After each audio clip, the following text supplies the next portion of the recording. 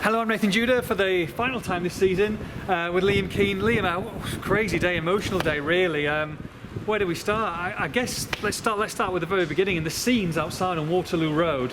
I don't think I've seen anything like it in my entire life, and this is for an outgoing manager. I mean, it just shows the love, not just by the supporters, which, by the way, there were 4,500 in here. There was probably close to double that outside on Waterloo Road. But just, you know, it was very emotional, actually, to be honest, watching it. And I think Nuno's emotional with the send-off that he's got. Unfortunately, it wasn't to be today on the pitch, but, you know, outside of that, I think everyone just wishes him well. Yeah, I mean, you said it right to me earlier today that it felt like a cup final, didn't it? It did. So many fans out there showing the adulation they have and respect and thankfulness they have for Nuno for what he's done. I mean, he's come in, he's transformed a mid-table championship side into a side that went to the quarterfinals of the Europa League in 4 years. Yeah. You can't sniff at that achievement. An unbelievable achievement. An unbelievable manager who's done so well for the club.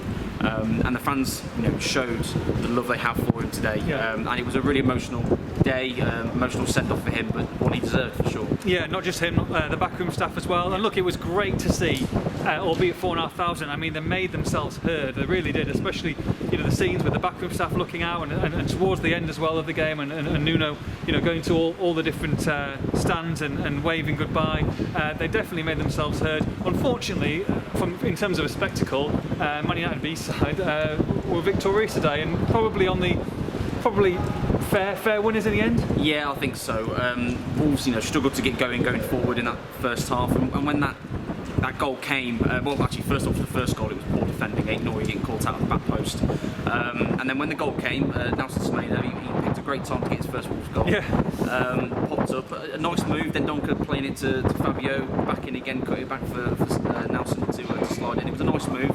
It felt then like Wolves could build off it, and very quickly, a bit of VAR controversy, I suppose you could say, but for me it probably was a penalty. He's clipped, and I think if Wolves fans look at that and think, if that had happened to a Wolves player, you want a penalty then. Yeah, kind of the frustrating thing as well, I guess, when it is a Adama Traore going off, Sure. I mean, did Nuno speak about Adama afterwards? He didn't.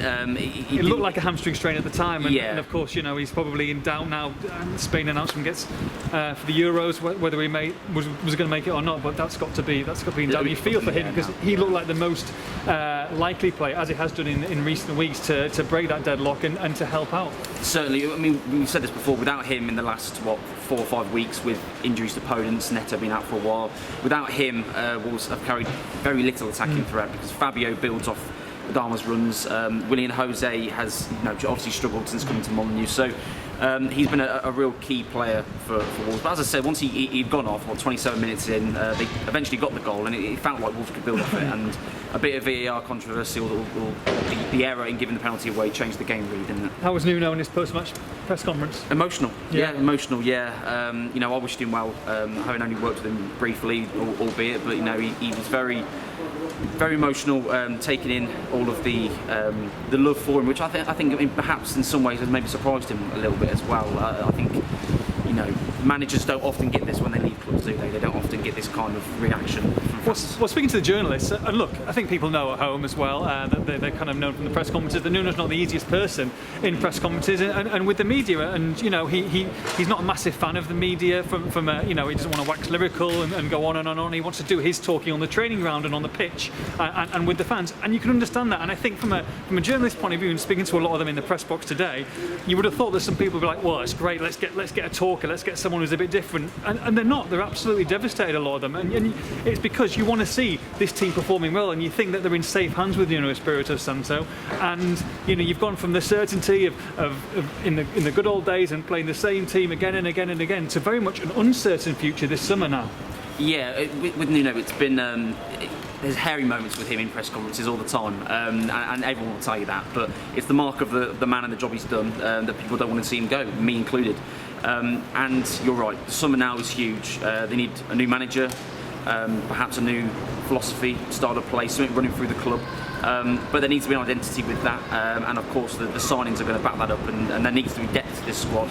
There needs to be added quality to this squad.